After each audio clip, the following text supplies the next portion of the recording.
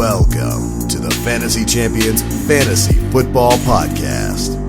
Here's your host, Morgan Colby and Rick Lemon. What's poppin'? What's going on? It was an interesting weekend of football. It sure was. It really was. I was telling Rick this was probably the most boring playoffs I've seen in a long time. I'm not going to say the most boring playoffs ever because I didn't see about 90% of the NFL's history, but it's been pretty boring. Nothing interesting to you. Okay, yeah, that's true. I mean, I don't think it's been because you. No, because I'm into it. You didn't watch any of the games with me yesterday. I was heated. Yeah. I mean, same as normal. You told me that like there hasn't been any moments like the Stephon Diggs play. Yeah, a few years ago against the Saints, and you're right. There hasn't been anything like that. Mm-hmm. Like but everyone who's supposed to be winning is kind of winning. Yeah, no, I get what you're saying. Like the Rams Packers game wasn't that great to me. Yeah. I didn't mind the Buccaneers Saints game because Brady won, but no. But the Chiefs Browns game I thought was kind of entertaining though, and then the Bills Ravens game was entertaining games. Okay, it was fun. It was not fun bad, weekend but of football. Yeah. But this week though, Packers Buccaneers. I'll take it. Chiefs Bills, like those seem like really good. I don't care who goes to the Super Bowl in the NFC because I'm happy with either one, and I want the Chiefs to lose. So there's that. I still don't know who I want to win the Super Bowl. Probably the Bills. Bills at this point. Have you been seeing the New England tweets though, being like everybody's rooting for Brady and the Bills, so that way Brady can assert his dominance over Buffalo once again? Oh, stop! That's so evil. Be like the Bills finally get Brady out of the division, or Brady finally leaves the division, so the Bills can win just to meet him in the Super Bowl and lose. I will say this though: you can't keep the AFC East out of the conference championship games. I guess not. We got a lot to get to in this episode. It was a fun, interesting weekend, and I do have I don't do icebreaker questions anymore, but I did want to get Rick's take on a particular situation that happened yesterday. But we are going to give you our early 2021 hot takes. This is going to be an interesting show because not too much, we've done minor amounts of research on the whole season. You have Reviews. You're going to have to step back at the end of the year and look at what happened because you're trying to analyze it as it happens and you don't really see everything. So we haven't really done that full analysis yet, and we will, and give you all of our advice as the season goes along, or the off season goes along. But we've been talking about how we've been doing kind of recap episodes of the season. This week we're going to take a break from that, and we're going to do some really hot takes. On Thursday we're going to do a short, probably 2-3 round mock draft, and it should be interesting. So we'll start with hot takes. Before we do that, check out our website at thefantasychampions.com. Follow us on Twitter at the FFChamps, on Instagram at thefantasychampions. You can like us at facebook.com/thefantasychampions. If you're listening on Apple Podcasts, Spotify, Stitcher, or any other podcasting platforms, be sure to leave a review, share this podcast with your friends, and subscribe. Subscribing is the best way to support the podcast. And if you're watching on YouTube, you can subscribe as well. Click the bell for notifications, and like and comment down below your hot takes for the 2021 season, because everyone has everything's fresh on the mind right now too. It really is. So yesterday, Patrick Mahomes went down. Cleveland had a chance. They had a real shot to burn all of Cleveland down, and the whole game was separated. I think that whole game was determined on one play, and it was that fumble out of bounds at the end of the first half, because they scored there. Then the Browns are in the lead, and it changes the Chad Henne situations at the end of the game. So, do you agree with their rule? Like the rule itself, or the ruling? The ruling obviously has to be the way that it is. Right. Do you agree with the rule? No. The rule is the ball stupid. went out of the back of the end zone. The rule is they dumb. gave the ball to the Chiefs. If you fumble the ball out of bounds at like the 40-yard line, does the other team get the ball? No, you get to keep it. You get to keep it where it went out of bounds. Now, you can't do exactly that if you fumble it out of bounds in the end zone, but you can either, like somebody, I think Matthew Berry said, you can have it at your own, or the other team's 20-yard line, so you just move back to the 20. Yeah. You keep it from where you lost the ball, so just like at the 1-yard line. Yeah. There's, I think, all better things to do. I mean, that rule is probably the dumbest in the sport. That was like consensus, and then there were a couple of people on Twitter who just disagree just to disagree, and they were like, "No, you should try not to fumble." And I'm like, well, that's because Bill Belichick preaches to not reach at the goal line, and Patriots players were actually tweeting out during the game, being like, every Patriots player right now is shaking their head, like Devin McCourty said. Teddy Bruschi too. He was like, he said the same thing. He's like, no, you got to hold on to the ball. Patrick Chung said something too on Twitter. I think if it's in that moment in the game and you're trying to score and you're down to the Chiefs, like you do it. But it is a dumb rule. Like, the interesting thing is that if a player fumbles in the field of play and not in the end zone, the other team, in order for it to count as a recovery, has to the catch rules apply. So you have to pick up the ball on a fumble and then keep 2 feet in bounds if you're trying to recover it as it's going out of bounds. Yeah. So if you only have 1 foot in when you pick up the ball, it's not a fumble recovery. Those are the rules that are in place. So even if you fumble the ball out of bounds in play, you totally get an opportunity to hold on to the ball and not completely lose it. But then you fumble out of the back of the end zone and all of a sudden it goes to the team who didn't recover it. Mm-hmm. Like, that just doesn't seem like... Yeah, no. If you want to penalize them, but I don't think it's right to take the ball away from them altogether, especially in a playoff game. And then the other part of it, the helmet-to-helmet on that play, too, that everyone was like, okay, well, we'll talk about that rule, but the guy got smashed in the head. Yeah, that one... You think Gene Steratore was like, yeah, that's probably something... Like, sometimes playoff football, you're like, you don't want to make those calls, but, like, that's a penalty, but that was also, I was like, that's a bang play at the goal line. Those usually don't get called. Yeah. Especially in the playoffs. Right. But I wanted to get your take on it because that rule is stupid. It's really dumb. Anyway, so let's talk about our early hot takes for the 2021 season. I'll start off with mine. And I didn't pull up the sheet, but I'm going to say that Aaron Jones signs with the San Francisco 49ers. Now, I have no information to back this up. There is no secret source that I have. Sources. I'm just looking up the free agents because I want to confirm what I know. So the 49ers, I believe, are losing 3 out of their 4 rostered running backs. One's a restricted free agent. Yeah, Tevin Coleman's a UFA. Jerick McKinnon is a UFA, and then they have a restricted free agent, and I believe, Jeff Wilson is a restricted free agent, and then they still have, what's his name under contract? Tevin Coleman. Raheem Mostert. Raheem Mostert. They still have him under contract. So they have 1 running back under contract. It's a team who really likes a multiple running back system. Mm-hmm. It is probably more likely for this team to draft a running back, I would say.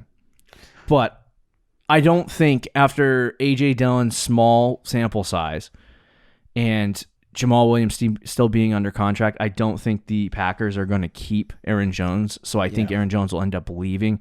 And knowing the market for running backs in the NFL, it probably won't be that high. So I think, especially being an offense that is definitely going to need running back production, they're probably going to sign a running back at some point.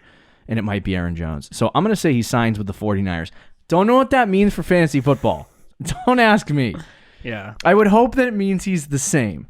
Somebody said on Twitter the other day, they said that Aaron Jones is going to be the Stefan Diggs of last year, where Diggs left his team and everyone thought he was going to be trash. And then he's going to end up being really good. It depends on the team. It really does. Yeah, I don't mind the take. I think that's a realistic landing spot. Mm-hmm. Especially if Coleman and McKinnon are gone. Yeah. But there's a good chance they bring back. So if this happens, there's still a good chance they bring back Jeff Wilson because he's an RFA. Yeah. They still have that rookie running back on the roster who I don't remember his name, but remember one of the games McKinnon was supposed to be the starter, and then all of a sudden that rookie got like 18 carries. Yeah, name escapes me. Yeah, but him... Are you telling me they carried 5 running backs? Yes, they did. Him, Jeff Wilson, Why not just take some of those contracts and Aaron Jones. And make Aaron Jones the... I don't know. If they signed Aaron Jones, I think it would be Jones. I'd hope so. And probably Jeff Wilson Mostert. If it's just Jones and Mostert, I think that's okay because of how well the 49ers run and how efficient they run and how many times they run and all that stuff. So that would be okay. If Jeff Wilson is there too and they're using like 3 running, I'd just be like, I would kind of just stay away from Aaron Jones, depending on where he got drafted, and gets drafted and redraft and stuff like that. Yeah. I think that's probably a very real possibility though of him being on the 49ers. The only other team I can think of is like the Dolphins. I know have been rumored about. Which wouldn't be a bad spot. Wouldn't be a bad spot. Either one of those spots wouldn't be bad, but I have a feeling he's going to get drafted into a situation where like I could see. I love Austin Eckler and I think he's fantastic, but I could see I could see the Chargers picking up a running back and going the way they did before. But also they don't have Anthony Lynn anymore, so that changes everything as well. True. Yeah. I don't really know, but not a bad one. Rick, why don't you give me your first early hot take? This one's probably my spiciest one, to be honest. I have Alvin Kamara, the RB1 in fantasy this year, not finishing as an RB1 in general next year, not in the top 12 of running backs. It's a little bit of a hot take, but I have my reasons. First of all, I think Drew Brees is done. I think he's retiring. Next year, the Saints, do you know what their cap situation looks like? They are under $100 million. They have the worst cap space in the league. They're $100 million under or over. Sorry, $100 million over the cap. Contract when he retires. What is it? Even losing Brees' contract. That will help the situation, but they're still way over the cap. Like they're in real trouble for the next 2 years. So which means they're probably not going to add a quarterback. Jameis Winston, unless he takes a cheap, because he's only on a 1 year deal, right? Yeah. So unless he takes a cheap deal, which he very well could, their quarterback next year is going to be Taysom Hill. And when Kamara played with Taysom Hill this year, it was not good. He was averaging like I think he had 5 points in one game. He had 15 in another. It wasn't the worst, but it wasn't great either. And I think if that happens throughout a year, I don't see Kamara finishing as an RB1, and people are still going to draft him very high. Now, if Taysom Hill is a quarterback, he won't be drafted probably in the top 5 of running backs, but I still think he'll be drafted in the first round. And I think that'll be a mistake because he just wasn't, I don't think, the same player without Drew Brees. So I wanted to just, okay. I'm not a UFC watcher. I just got an ad for McGregor. I thought he retired. I heard he's going to fight someone. Whatever. So I looked up weeks 11 through 14, which are the weeks that Taysom Hill started in place of Drew Brees when he got hurt. And Alvin Kamara was the running back 11, 51 points per game. But during that stretch of time, I believe one of those games he had a 25 to 30 point game, I believe. And that kind of threw it over the top. But over those weeks, just to give you a picture of what that, it looked like 10, 5, 15, and then 15. So that was in standard formats. And half PPR, he wasn't horrible. So, I mean, he was bad for the first 2 games, and then he picked it up in the second couple games. But I am concerned as well about Alvin Kamara. Yeah, and if you look at the, I don't know what I just did on my laptop, but the averages for that stretch, he was only averaging 13 points a game. Yeah. Myles Gaskin, Aaron Jones, J.K. Dobbins, Cam Akers, Austin Eckler, Mike Davis, Chris Carson, James Robinson, Kenyon Drake, Dalvin Cook, Antonio Gibson, Nick Chubb, Jonathan Taylor, David Montgomery, and Derrick Henry all had more points per game in that stretch. I think the big difference with Kamara is with Taysom Hill. Taysom Hill doesn't throw to the running back nearly as much as Drew Brees does. No, he doesn't. When Drew Brees is out there, Kamara is guaranteed to get 6-7 catches. With Taysom Hill, he was only getting 2 catches a game pretty much. So if that happens, that's a big difference. And then Sean Payton likes to use 2 running backs. It was Mark Ingram and Kamara. And then this year, Latavius Murray got a lot more carries than people anticipated. Yeah. So with that being the case, I'm just not thrilled about Alvin Kamara next year. Yeah, I mean, I think what in the freak is going on here? I think the big issue for him too is that he's always been that running back, especially with Drew Brees, who doesn't really, if you watched yesterday's game, you know he doesn't have much arm strength left. So throwing it to the running back position is what he does to keep himself alive. Whereas Taysom Hill's younger. I'm not saying he has a better arm or a stronger arm than Drew Brees, but he's more willing to throw it down the field, and it's not his style of play to just dump it off to the running back position. But you look at the averages for Alvin Kamara in games. He made it over 20 rushes just twice this season. Exactly, yeah. And most of the time it was between 12 and 14 rushes. So if he's in games and Latavius Murray is getting 10, 8 to 10, 8 to 10 carries, 10 to 12 carries, and then Kamara's getting 14. He's not getting his work on the ground. And I think what you have to do when you look at Kamara is you have to look at like his rushing statistic, because I think a lot of people just look at his totals at the end of the season and go, wow, he was really good. But you have to figure out where he's really good, and that is through the air. You know what I mean? And getting the ball in the red zone and scoring, which are two things that the Saints didn't do too much of. Yeah. And the other problem is the, and I hate to use the word touchdown regression for the first time this offseason, but I will say it. He essentially, the biggest problem with Alvin Kamara at this point is that, and when they had Taysom Hill in the game, was that it wasn't just the pass catching that he wasn't getting. It was also Taysom Hill running it into the end zone. Yes. Yep. And having the red zone work to run it with Taysom Hill in the red zone. And so those seasons where like this year he had, and I think it's, a lot of the numbers are lopsided too because of the six touchdown game. Yeah. But he had a total of 20 something touchdowns this year. I'm gonna go to the game logs because this thing's all messed up. He had a total of 16 touchdowns on the ground and 5 through the air, so 21. So that takes it back to what he was doing back earlier in his career. So I mean, I don't want to spend an hour on Alvin Kamara, but it is very reasonable. I agree with Rick. It is very reasonable for Alvin Kamara to bust out this season and only finish in the top 15. You know what I mean? And where do you think he's going to end up getting drafted if you had to choose? He's obviously first round, but where? Yeah, if Taysom Hill is there will be some pause on him, but I still think he'll be like a mid to late first rounder because he's Alvin Kamara. Yeah. Probably a late first rounder, even if Taysom Hill is there. And to me, that's going to be, I don't know. Do you want to take Kamara in the late first round? I think he's going to be higher because I think we're going to find out in August. Everything hits in August when people start drafting. You know what I mean? So I think he'll probably end up being a middle first round pick, probably somewhere where he was this past year. But I think he's going to have one of those touchdown regressions. Now, we could be very wrong, and he could actually be really good. But I do think Taysom Hill damages him. I'm not going to go to. I don't think he's going to finish in RB1. I think he'll get into that top 12. Okay, but I don't know if he'll be like that top 5 running back he was this year. Yeah. And there is going to be big regression, and I don't know how many people are going to pick up on it, and they'll probably draft him and be devastated.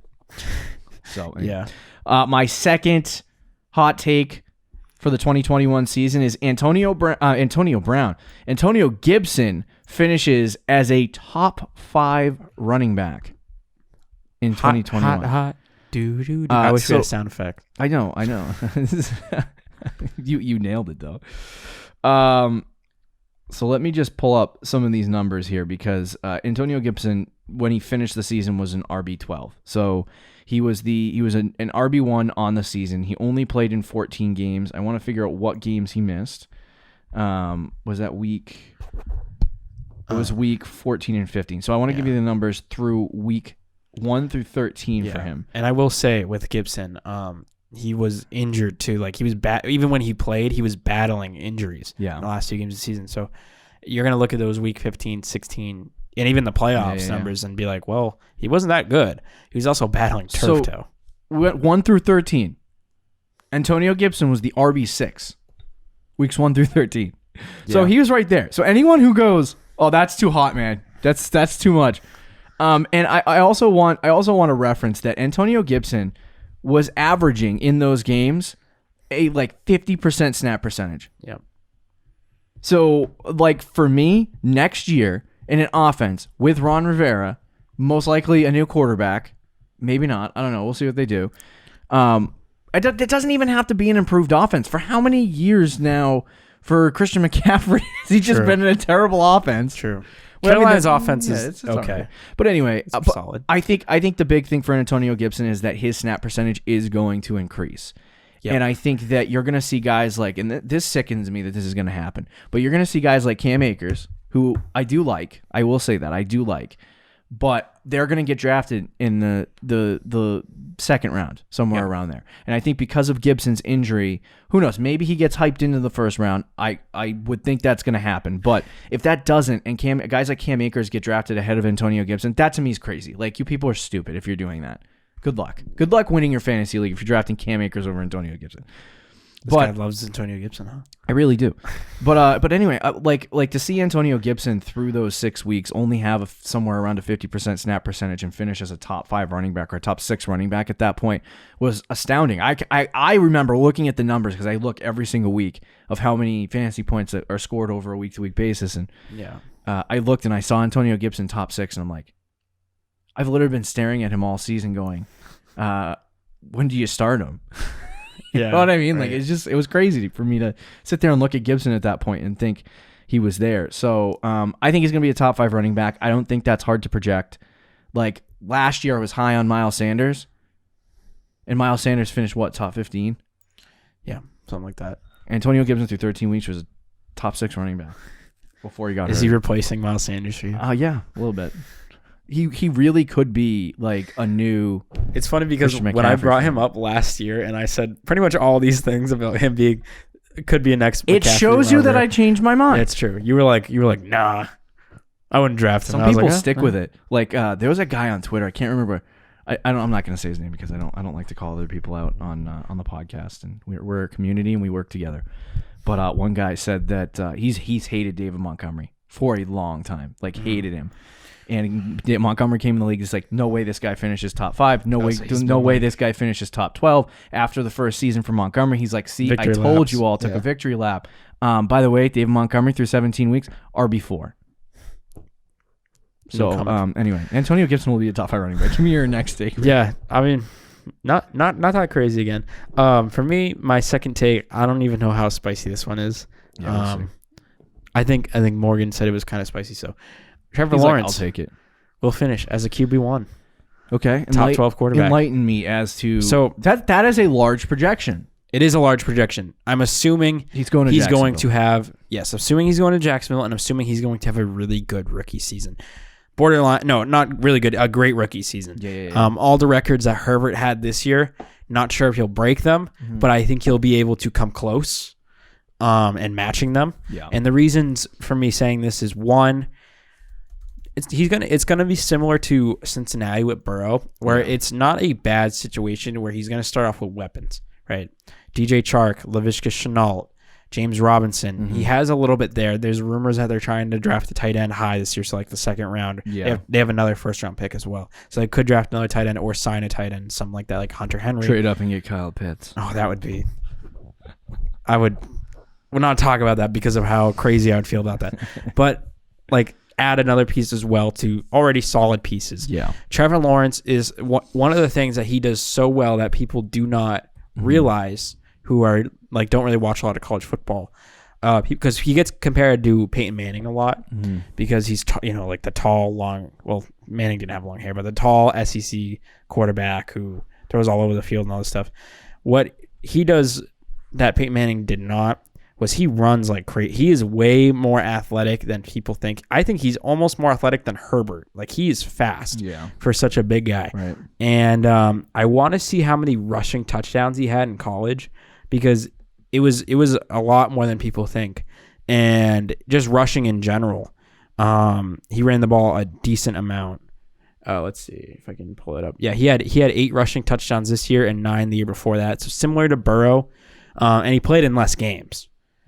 So what Burrow did, and we both said this at the time, that like Burrow is going to run more than people think, and he did a little bit. Yeah. But Trevor Lawrence has pretty much the same numbers in less games for that, so he's going to run the ball more than people think as well.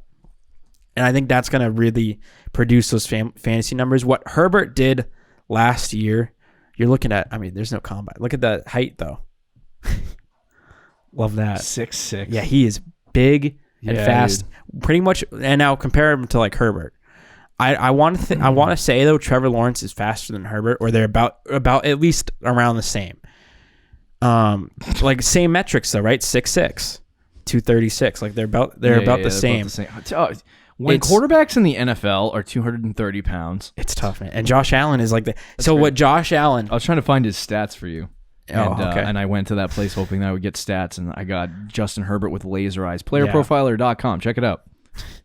What But my point is, he projects to be a similar player to Josh Allen, to Justin Herbert, and the way the league is trending as well. All these things, I think, will lead to a very, very efficient year for Trevor Lawrence in the league. Okay. He had in 2019, 2020, he had 9 rushing touchdowns in 2019, 8 rushing touchdowns in 2020.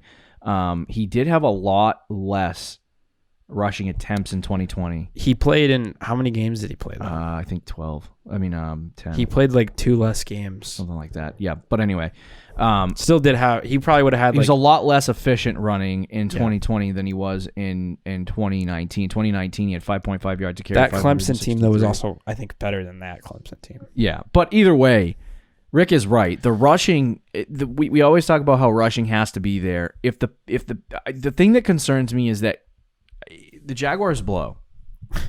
They have weapons. I mean, they have. They got work to do. They got work to do, but they got Chark. Assuming they hold on to solid. James Robinson, Robinson's solid. Their offensive line is mediocre. It's not horrible. So I think Trevor Lawrence's offensive line going into next season, unless Cincinnati does something, is better than Joe Burrow's offensive line. I would. As of today, yes, but I think probably will change. Cincinnati's probably going to draft because someone. Jacksonville's got to use that first round pick on the quarterback.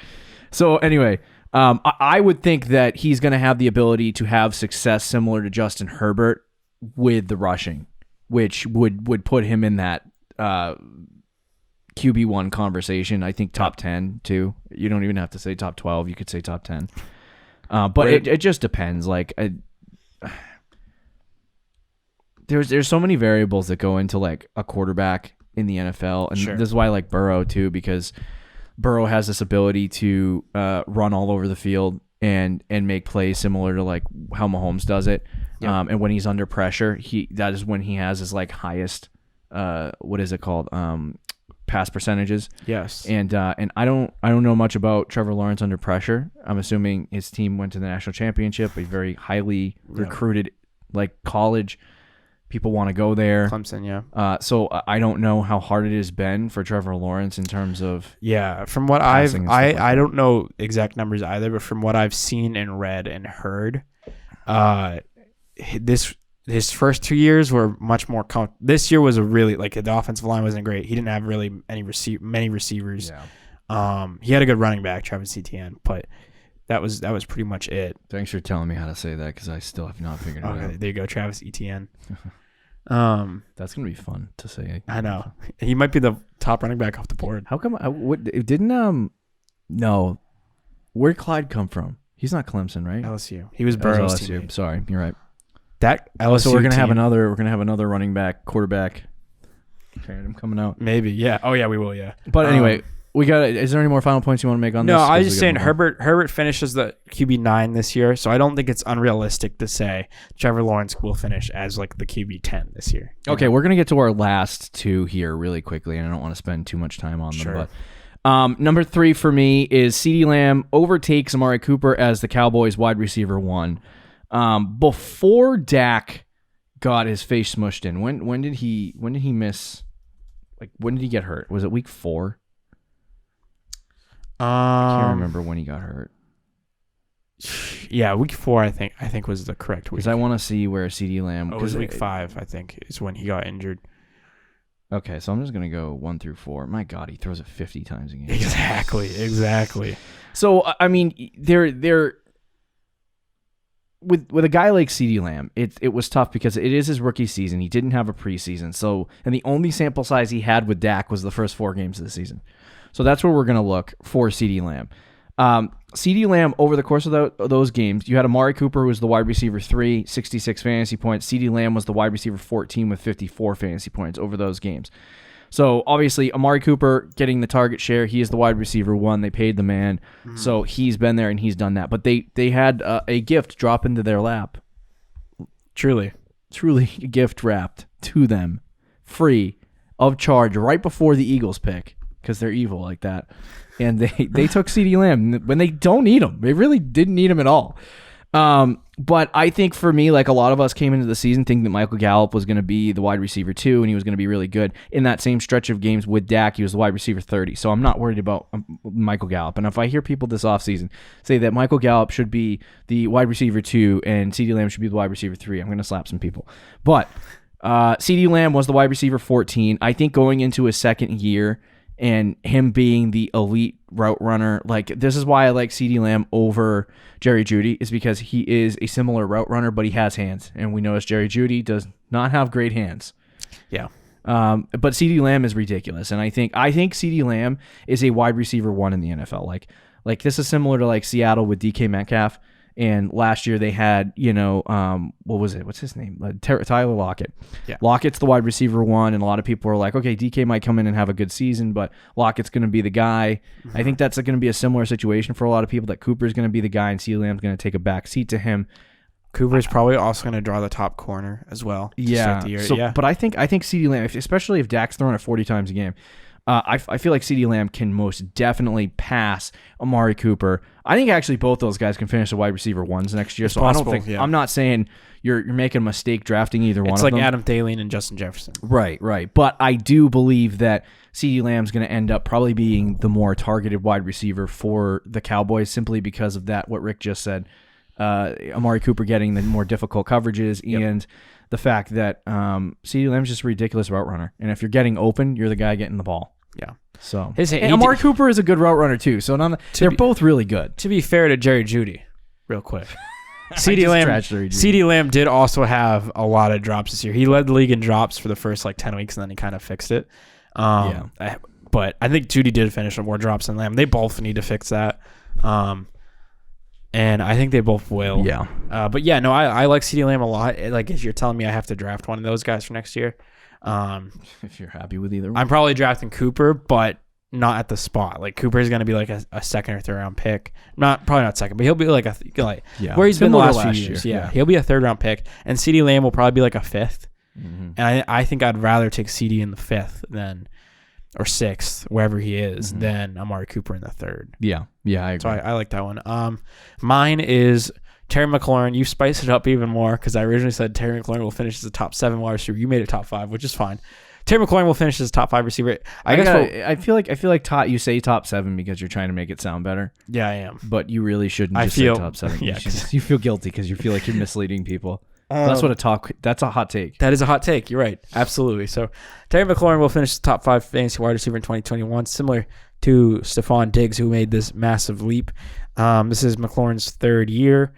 For one, we're both very high on Washington, I guess, because you had this Gibson take, and now I have this. I guess so. I'm like, I really don't like Washington as an offense, but they have weapons. Well, so here's the thing: they have weapons. If they get a quarterback, then, which I'm assuming they will, right? I think I'm basing this off Alex Smith won't be the quarterback next year, and I think a lot of guys is passing wise, not necessarily saying they're better than Alex Smith, but I think almost anybody will put up better numbers, I think, than Alex Smith, or at least throw the ball down the field more than Alex Smith. Because as much as I love Alex Smith, he just, at this point in his career, he just doesn't throw the ball down the field at all, which hurt McLaurin. McLaurin, through the first 10 weeks of the season, was the wide receiver 10.5 PPR. And I think Alex Smith had only played 1 game up to that point. His first start was week 9. Then he played week 10. So it was kind of when Alex Smith was just becoming the starter.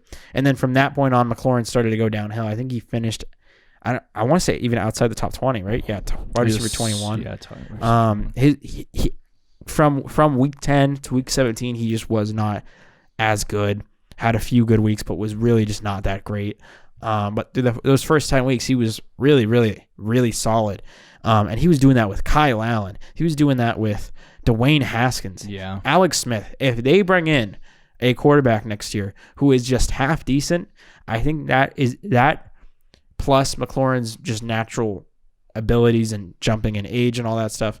You combine those two things, I think that'll be major pluses for Terry McLaurin next year. There's rumors. I mean, every team is in on Deshaun Watson, but they're one of them. If Trey Lance could fall to them, that'd be, I think, a nice fit. If Deshaun Watson went there, Terry McLaurin would be DeAndre Hopkins. Exactly. Right. I mean, that's. I don't think it'll get Deshaun Watson, but they could bring in someone who's at least average, right? If they just bring an average quarterback, I think that'll mean good things for job McLaurin. done. I think the other thing too that you didn't reference either is that he's around a bunch of these guys that averaged 11 fantasy points per game. Yeah. And he had 12, so I would throw him up in the top 15 because he didn't play all 16. Yeah. And if he had done that, he would have been right around 192, which makes him ahead of Cooks.